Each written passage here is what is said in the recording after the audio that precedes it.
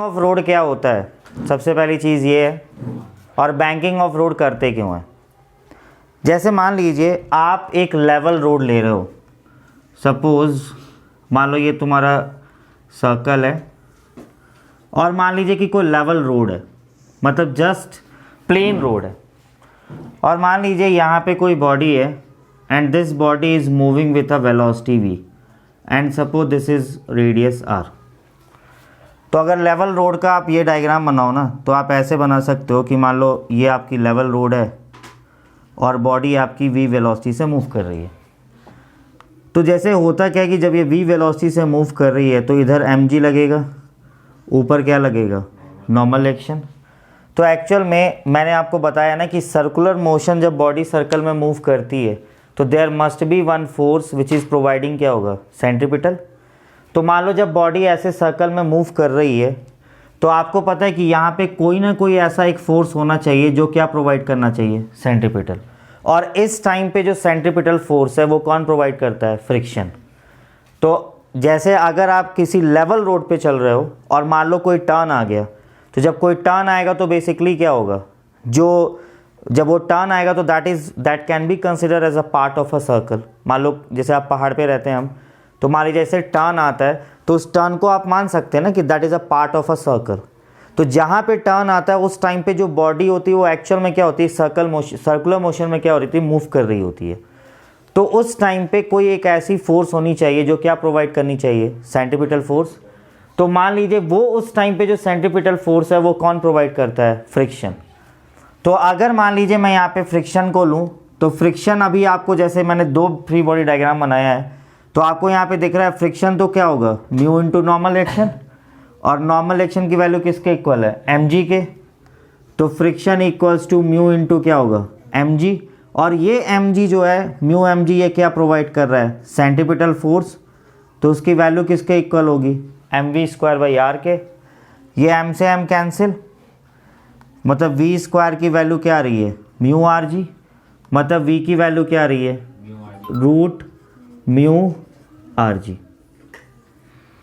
इसका मतलब जब तुम किसी लेवल रोड पे चल रहे हो, लेवल रोड मतलब आपने लिफ्टिंग नहीं की है, अभी बैंकिंग बता रहा हूँ, बैंकिंग का मतलब क्या है, जब आपने लिफ्टिंग नहीं की है तो अगर कोई टर्न आ रहा है तो आप सेफली टर्न तब कर सकते हो जब आपकी वेलोसिटी क्या हो, ये मैक्सिमम वेलोसिटी है, velocity must be less than क्या होना चाहिए, म्यू आर जी। जैसे आप सोचो कि अगर आप लेवल रोड पे चल रहे हो, लेवल रोड का मतलब ना सिंपल जो रोड है उस पे चल रहे हो, तो जहाँ पे भी टर्न आएगा वहाँ पे वेलोसिटी की वैल्यू लेस देन क्या होनी चाहिए, रूट म्यू आर जी के इक्वल होनी चाहिए। अगर इससे ज़्यादा हुई तो आपकी बॉडी क्या होगी, स्लिप हो जाएगी या स्किड हो जाएगी। समझ में आ गया। तो इस टाइम पे हमने देखा है कि वेलोसिटी की वैल्यू केवल किस चीज़ पर डिपेंड करिए, रूट म्यू आर जी, जो भी उसका रेडियस होगा, फ्रिक्शन कोफिशिएंट होगा, और क्या होगी, ग्रेविटी होगी।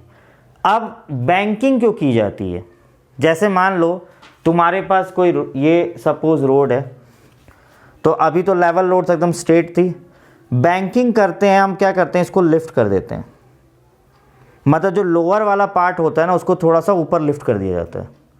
तो जब आप उसको लोअर वाले, जो अपर वाला पार्ट, जो आउटर एंड वाला पार्ट होता है, जब आप उसको लिफ्ट करते हो तो बेसिकली जो मैक्सिमम परमिसिबल स्पीड की वैल्यू है वो बेसिकली इंक्रीज हो जाती है।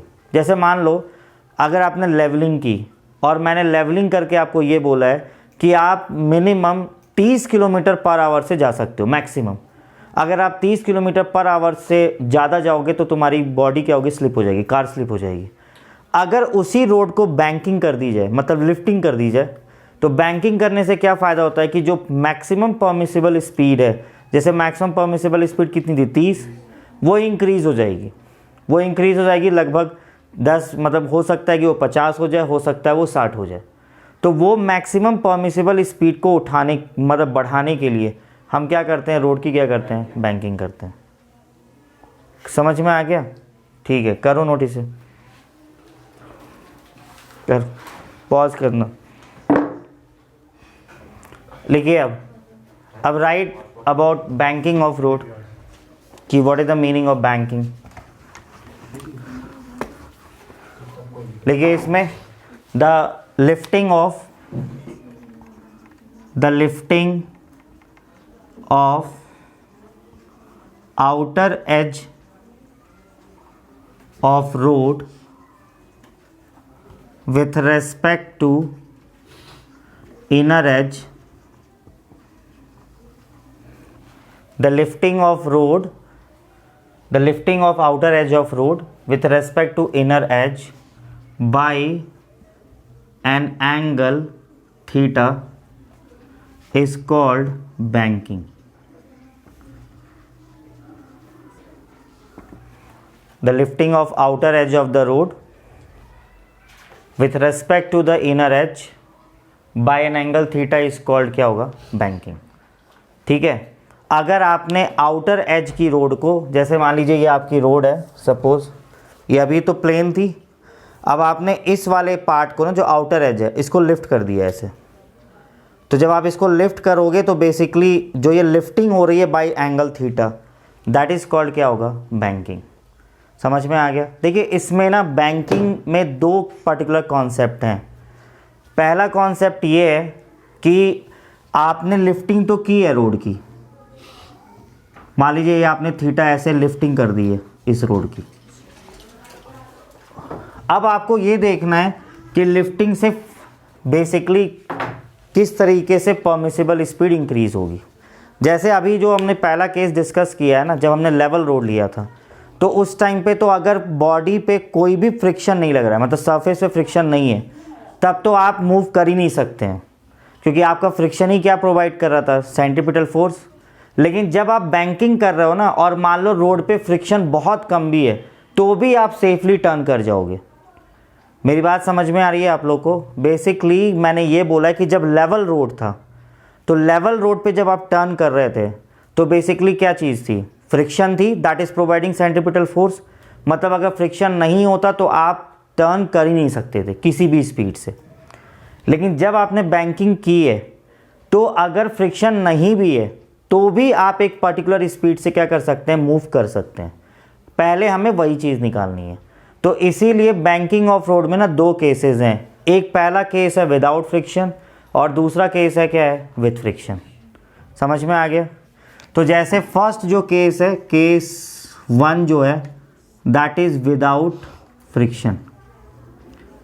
हम फ्रिक्शन को कंसीडर नहीं कर रहे हैं. जैसे मान लीजिए कि यहाँ पे कोई बॉडी है, ये कोई कार है, and it is moving with a velocity v. ठीक है, और आपने बैंकिंग कर दी है, आपने लिफ्टिंग कर दी है कि थीटा से. देखिए सबसे पहले ना इसका फ्री बॉडी डायग्राम बना रहे हैं. मान लीजिए ये आपका रोड की थीटा, ये इधर क्या लगेगा, mg, इधर क्या लगेगा, नॉर्मल एक्शन, इधर क्या लगेगा, mg cos थीटा, और इधर क्या लगेगा, mg. अब देखिए इसमें थोड़ा फ्री बॉडी डायग्राम चेंज हो जाएगा. ये अब इसको रिजॉल्व करने की ज़रूरत नहीं है. एक्चुअल में अब दो चीज़ें आप रिजॉल्व करेंगे, ये तो हम करते ही थे. अब आपको एक इस एक्सिस के लॉन्ग और एक इस एक्सिस के लॉन्ग रिजॉल्व करना है. मान लो मैंने आपको बताया है कि ये एंगल क्या होता है, थीटा, तो ये एंगल भी क्या होगा, थीटा. तो नॉर्मल का इधर वाला कंपोनेंट क्या होगा, n cos थीटा, और इधर वाला कंपोनेंट क्या होगा, n sin थीटा. जैसे मैं जो बता रहा था ना, सपोज़ ये बॉडी है, ये आपने लिफ्टिंग की ऐसे, मान लो बॉडी ऐसे मूव कर रही है इस टाइप से, जैसे ऐसे लिफ्टिंग की आपने इस टाइप से, और बॉडी ऐसे मूव कर रही है इस टाइप से, टर्न कर रही है इस तरह से.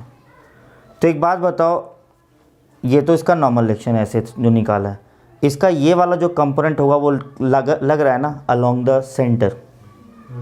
समझ में आ रहा है आपको. जैसे ये कार है और ये इस टाइप से मूव कर रही है, तो आपको पता है ना नॉर्मल डायरेक्शन ऐसे लग रहा है. इस नॉर्मल का ये वाला जो कंपोनेंट है हॉरिजॉन्टल, वो किसके अलोंग लग रहा है, सेंटर, इसी सर्कल के अलोंग घूम रही है ना ये. इसीलिए मैंने इस टाइम पे नॉर्मल का कंपोनेंट किया है, ना कि mg का कंपोनेंट किया है. समझ में आ गया आपको. तो जैसे अभी आपको जो डायग्राम दिख रहा है उसमें क्या दिख रहा है, जो ये n cos थीटा वाला कंपोनेंट है वो किसको बैलेंस कर रहा है, mg, और जो n sin थीटा वाला कंपोनेंट है वो क्या प्रोवाइड कर रहा है, सेंट्रीपिटल फोर्स. समझ में आ गया. तो अगर मैं यहाँ इक्वेशन लूँगा तो n sin theta will be equals to क्या होगा, mv²/r, और n cos theta will be equals to क्या होगा, mg। फ्रिक्शन कंसिडर नहीं किया है, तो ये आपकी फर्स्ट इक्वेशन है, ये सेकंड। डिवाइड कर दीजिए इसे, डिवाइडिंग फर्स्ट बाई क्या होगा, सेकंड। तो n sine theta upon n cos, sine theta upon cos theta क्या होगा, टेन थीटा। यहाँ पे क्या आ जाएगा, v² अपॉन क्या होगा, rg, m से m कैंसिल। तो यहाँ से v² की वैल्यू क्या आ रही है, rg टेन थीटा, मतलब v की वैल्यू कितनी आ रही है, रूट rg इंटू क्या आ रही है, टेन थीटा। अभी आपको दिख रहा है कि जो ये मैक्सिमम परमिसिबल स्पीड की वैल्यू आई है विदाउट फ्रिक्शन, वो भी कुछ ना कुछ वैल्यू आ गई है। इसका मतलब अगर आपने बैंकिंग की है तो ज़रूरी नहीं है कि फ्रिक्शन, बॉडी अगर सरफेस बहुत स्मूथ भी है तो बैंकिंग के वजह से भी बॉडी क्या होगी, कुछ पर्टिकुलर परमिसिबल स्पीड से क्या होगी, मूव कर जाएगी। समझ में आ गया। अगर बैंकिंग नहीं होती तो मैंने आपको बताया है, फ्रिक्शन अगर नहीं है तो बॉडी मूव कर ही नहीं सकती थी। लेकिन आपको दिख रहा है बैंकिंग करने से एक नॉर्मल का कंपोनेंट क्या प्रोवाइड करने लग गया, सेंटीमीटर। उस टाइम पे जो नॉर्मल रिएक्शन था वो किसके इक्वल था, mg के। वो तो नहीं प्रोवाइड कर रहा था, फ्रिक्शन प्रोवाइड कर रहा था। तो इसीलिए जब आप बैंकिंग करोगे ना तो आपका बैंकिंग वैसे कंपोनेंट नॉर्मल का ही ना क्या प्रोवाइड करने लग जाएगा, सेंटीमीटर फोर्स। क्लियर हो गया आपको, आ गया समझ में। करिए नोट इसे, लिखो नेक्स्ट विथ फ्रिक्शन। अब जो नेक्स्ट केस है, केस 2 जो है,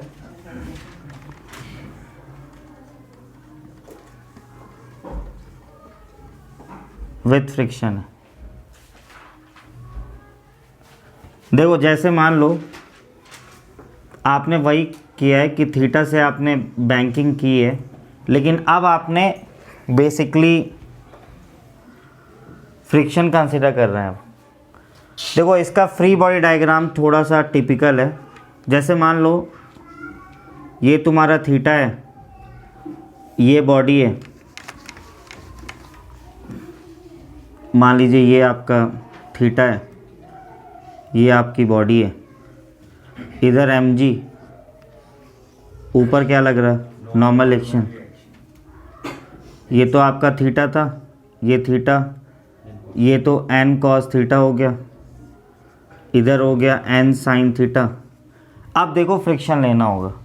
देखिए फ्रिक्शन लग रहा है इस डायरेक्शन में, ठीक है, फ्रिक्शन लग रहा है इस डायरेक्शन में।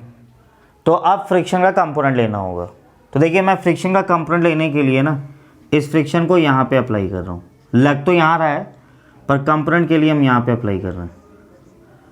देखो ये थीटा है तो ये एंगल कितना होगा, 90 माइनस थीटा, तो ये वापस एंगल कितना होगा, थीटा। तो इस f का इधर कंपोनेंट क्या होगा, f cos थीटा, और इस f का इधर वाला कंपोनेंट क्या होगा, f sin थीटा। समझ में आ गया। तो अब तुम्हें देखो बैलेंस करना है। यहाँ पे n cos थीटा की वैल्यू किसके इक्वल होगी, mg plus f sin theta.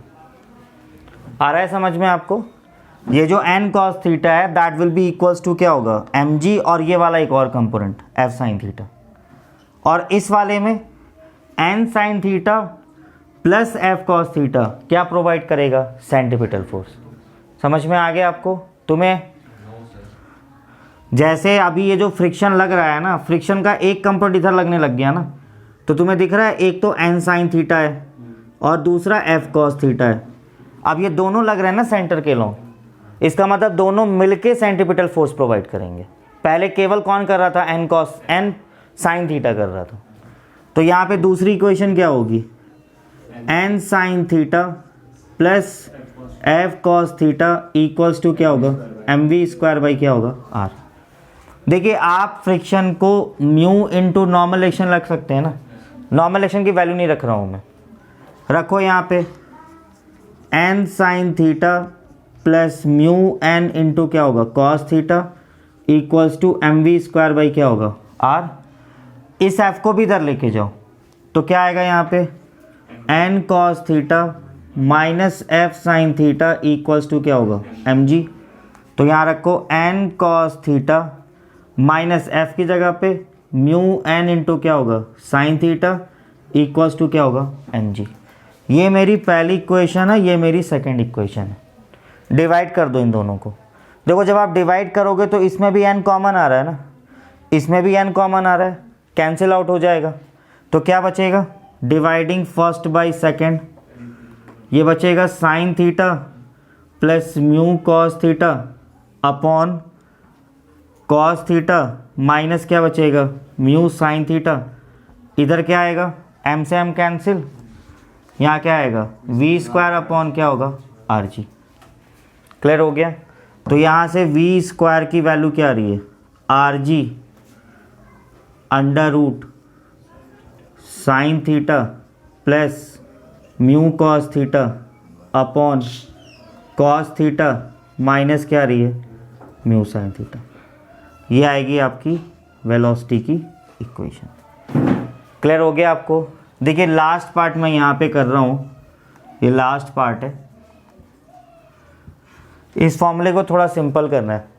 इस फॉर्मूले में आप ऊपर नीचे कॉस थीटा से डिवाइड कर दीजिए, ठीक है, ऊपर नीचे न्यूमरेटर और डिनोमिनेटर दोनों को। तो क्या आएगा देखो रूट आर जी, इसको करोगे कॉस थीटा से तो क्या होगा टेन थीटा, इसको करोगे तो क्या होगा म्यू, इसको करोगे तो क्या आएगा 1 और इसको करोगे तो क्या आएगा म्यू टेन थीटा। यही होता है मैक्सिमम परमिसिबल स्पीड का, जब आपने बैंकिंग भी कर दी है और जब आपने क्या किया है फ्रिक्शन भी। ये समझ में आ गया सबको। हाँ, एक इसमें कन्फ्यूज़न हो सकती है कि मैंने फ्रिक्शन नीचे क्यों लिया है, ऊपर की तरफ क्यों नहीं लिया, ये कन्फ्यूज़न हो सकता है। लेकिन देखिए क्या है कि जब आप ऐसे चल रहे थे ना, जब आप लेवल रोड पे चल रहे थे, तो जब आप इस डायरेक्शन आपकी वेलोसिटी की ऐसे थी ना, जैसे मान लीजिए ये आपकी गाड़ी है और ये ऐसे चल रही है, तो आपकी वेलोसिटी की डायरेक्शन ये थी ना, तो फ्रिक्शन को अंदर की तरफ ही लगना पड़ेगा, बिकॉज कोई एक ऐसा फोर्स है ही नहीं जो क्या प्रोवाइड करेगा सेंटीपिटल, इसलिए फ्रिक्शन अंदर की तरफ लगता है। जब आप इसको लिफ्टिंग कर देते हो ना, तो ये ऐसे हो गई ना लिफ्टिंग, लेकिन अभी भी फ्रिक्शन किधर की तरफ लगेगा नीचे की तरफ। समझ में आ गया भाई, फ्रिक्शन अभी भी अंदर की तरफ लग रहा था ना, लिफ्टिंग कर दी तुमने, जैसे ये है ऐसे मूव कर रही है ना बॉडी, तो फ्रिक्शन अंदर की तरफ लग रहा था ना स्टार्टिंग केस में, अब आपने लिफ्टिंग कर दी है तो फ्रिक्शन अभी भी क्या होगा नीचे की तरफ ही लगेगा। समझ में आ गया आपको, इसीलिए मैंने इसमें फ्रिक्शन की डायरेक्शन क्या ली है नीचे की तरफ ली है। क्लियर हो गया आपको।